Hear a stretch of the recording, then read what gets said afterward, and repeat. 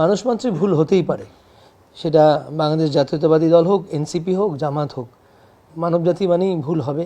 এবং এ কারণেই কিন্তু দুটো জিনিসই রাখা হয়, একটা হচ্ছে পেনাল কোড শাস্তি, আর একটা হচ্ছে আপনার সুনাগরিক হিসেবে চলা। তো প্রলোভন বলবো না, অবশ্যই আমাদের এই বৃহত্তর মিরপুরেও কিছু বিচ্ছিন্ন ঘটনা ঘটেছে, যার ফলশ্রুতিতে দল থেকে তাৎক্ষণিকভাবে বেশ কিছু নেতাকর্মীকে বহিষ্কার করা হয়েছে শৃঙ্খলা পরিপন্থী কাজ করার জন্য।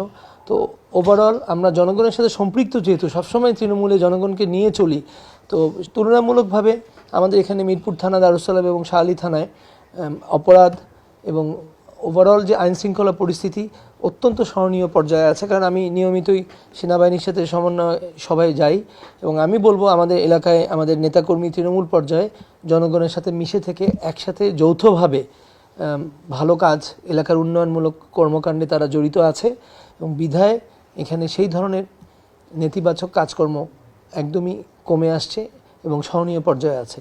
তো আগামীতে এই মিরপুর আরও বাসযোগ্য আদর্শ স্থান হিসাবে ঢাকার বুকে খুব অচিরে স্থান নিয়ে নেবে বলে আমি আশা করি।